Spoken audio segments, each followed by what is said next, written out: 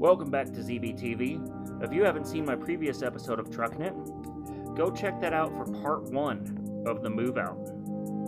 Now we're on to part 2. Dear friends and followers, welcome back to my channel. I'm Zach Bell, this is Truckin It. And I want to talk with y'all about move out day, which for me was today. As I changed trucks, there's a lot of stuff that you got to make sure is done. Now, I did cover preparation for this day on my previous episode, where you've got to refer to your owner's manual, to your company documents, and make sure all your stuff's in order before you go clean your truck out. So, watch that episode after you get through watching this one. Or pause this and go to that episode right now. So, let's grab the spray bottles and let's get started.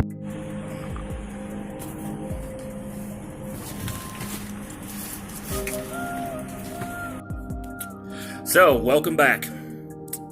And, so part 2 of the checklist that you'll likely have to go through when you're cleaning your truck out. It's a lot more than just logging out of the Qualcomm or your other ELD, depending on what company you're with. So, I'm filming this on my phone for the entire episode, and I want y'all to know that move out day can be quite stressful, especially if your carrier tries to make you hurry up so that you can get your next load. So that's why the preparation is important. But now we go on to the actual packing and clean out. So, you will go through a lot of bags doing this. Now, of course, this is one of my many suitcases that I keep on hand at home. And oftentimes I use in the truck. Now, this one was a company-issued suitcase just for, or in this case, a duffel bag, just for the type of running I'm doing. Of course, over there on the floor, let me turn this. As you can see, I've got a bunch of stuff there. I've got an Arctic cooler, I've got a backpack, a small travel bag. You get the idea. Packing all this stuff today it definitely took a couple hours of my time. And luckily, I was able to just pack most of this stuff while I was still in the sleeper berth and my co-driver had his stuff ready to go. For your cleaning supplies, since that takes up a big amount of space, now you will use those during this process. But it's a good idea beforehand to invest in something like a crate or a rough tote just for those. Or, depending on your truck model, you might even be able to get those collapsible storage bins. And that is a fantastic idea. Definitely invest in a toolbox for your tools and the stuff that's important. If you're changing keys with your truck, make sure you have documentation and a policy on how to turn your keys in. Now, I got lucky because apparently my boss decided that for both of his divisions, he spec'd the same model of truck, and I can't go into any details about how everything works, but let's just say he's done stuff to make the driver's life easier. The other thing is, if you can see this over here, it's one of my favorites, and this is great for your cleaning supplies as well, but it's also great for like small bottles and such. That is the Igloo Ice Cube Cooler. Highly recommended. It's cheap, and it basically fulfills some of the role that a rough tote or something similar would do, and it fits perfectly in the closet on the new Freightliner Cascadias. Now, it might not fit on your truck, so double check your measurements.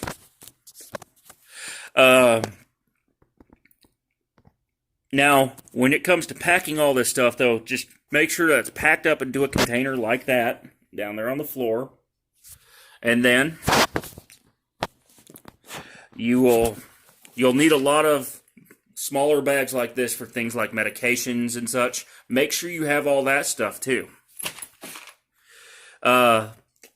Pillowcases, which I don't have with me because they're in my washer right now. But they are great for carrying some of the extra stuff that you also, when you're moving between trucks, in addition to holding your pillows. So like if you got like some rolls of paper towels, for example, or some extra cleaning supplies, and you don't want to just toss them, that pillowcase that I just mentioned is excellent for holding that kind of stuff. Now we go through the checklist. So you've packed your stuff. You're using every single bag, every single pillowcase, every single little cooler, every single storage box, and everything else you got on board your truck. When you get to that point, then we go on to the next step, which is the actual move.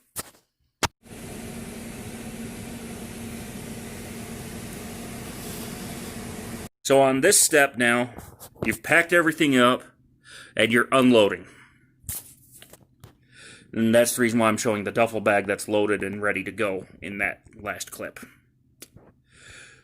When that happens, your next step is to either load your stuff into your personal vehicle, load your stuff into the new truck, or take your stuff somewhere like a storage unit. I've had to do all three types. So, let's start with if you've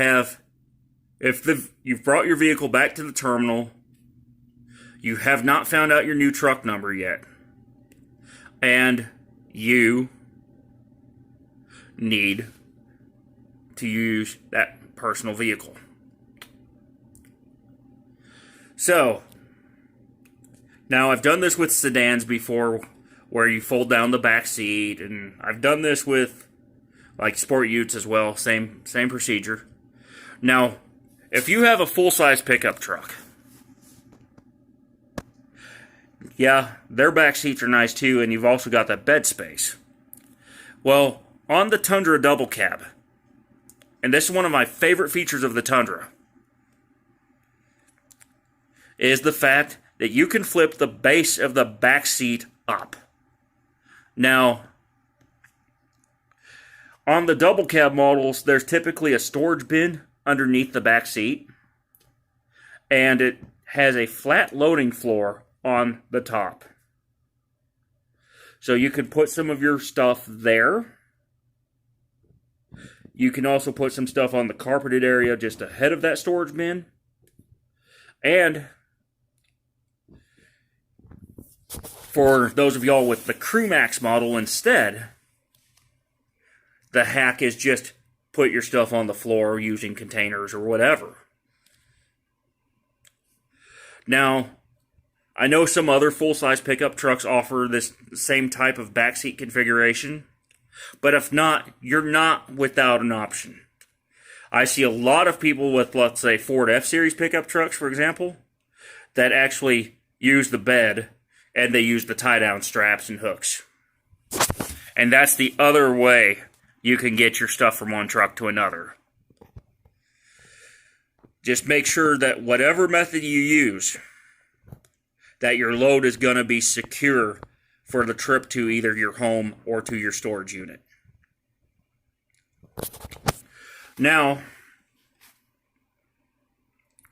for those of y'all with sport utility vehicles, it's a similar procedure where you just load the back up and then go. Now, there's a special circumstance here. That is, let's say you're in the same situation, except that you've already got your new truck number. Well, when that happens, the difference is going to be, instead of loading your personal vehicle, you're going to be transferring stuff over to the new truck. Now, this will take, in both cases, whether it's loading the personal vehicle or loading the new truck, you're going to need to spend a good couple of hours doing it. Take your time. Make sure you've got everything that you need to take home or to your storage unit or to your new truck. And this is the very important part, because oftentimes people will forget stuff in their old trucks, like medications, for instance, or lip balm, or their wallet. And that is never a good situation to be in. So, again, preparation, then packing, then loading, or unloading. Then there's one final step, and you may have noticed the spray bottle I mentioned at the beginning. And that step is coming up.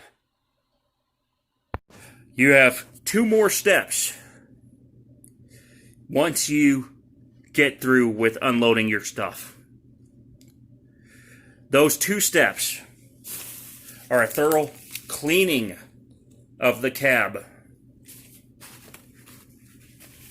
and then finally doing one last post-trip inspection.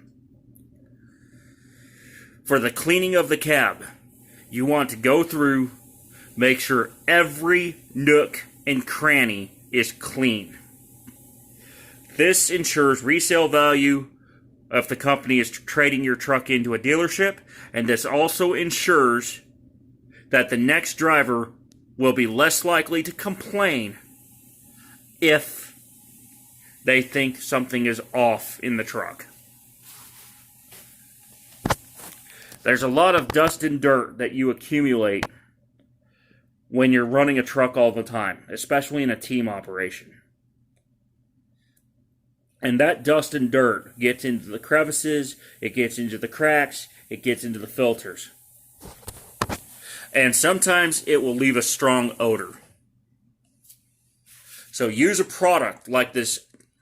I can't show the name of it, but use a product like this all-purpose disinfecting spray / cleaner, and go through all the surfaces on the truck to make sure that they don't stink. And you'll use paper towels, and you'll also use rags like this one to wipe everything down. You'll also need your glass cleaner as well. And for that process, expect that to take at least 30 minutes after you get through unloading your stuff. Some companies are more lenient on the cleanliness. Others are definitely stricter. But in any case, a clean truck when you leave or when you change trucks signifies to the company that you respect their equipment. And ideally, you should be keeping your equipment clean all the time anyway. Not just every once in a while.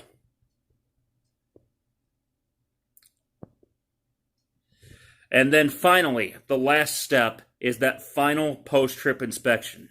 Now, some companies will give you a turn-in checklist that you will go through step by step.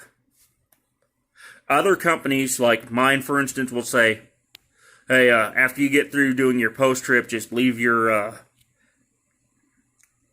key somewhere and go on home. Or go on to your new truck. And the somewhere is usually designated by the company. It might be a key drop up at the terminal building. It might be in the dispatch office. It might be somewhere on the truck itself, depending on if they got a secure yard or not. So check with your company for that last step.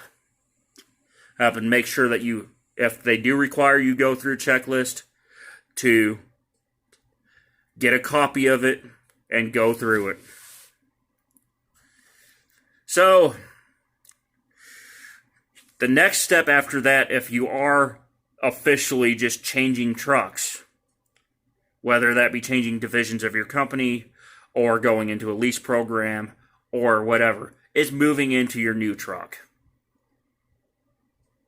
And for that, you probably won't need an episode on that one, because it's just the reverse of moving your stuff out. So, let's make sure that if you're leaving your company, that you leave them with the truck at the terminal, cleaned out, and ready for the next driver.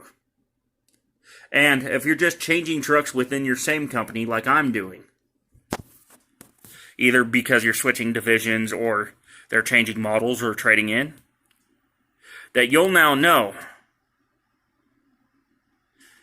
some things that you can do to make sure that your truck is clean and ready for the next driver. I'm Zach Bell. This is Truckin It. And until next time, let's make your best trip your next trip. Keep learning, keep thinking, keep on trucking. Bye for now. One last thing. If you want more content like this on my channel, hit the thumbs up button and leave a comment down below. You can also share this video on your favorite social media platforms, and I will also be uploading this video to Instagram as well. And if you're on a YouTube, hit that subscribe button so you won't miss any future episodes. I will catch you later.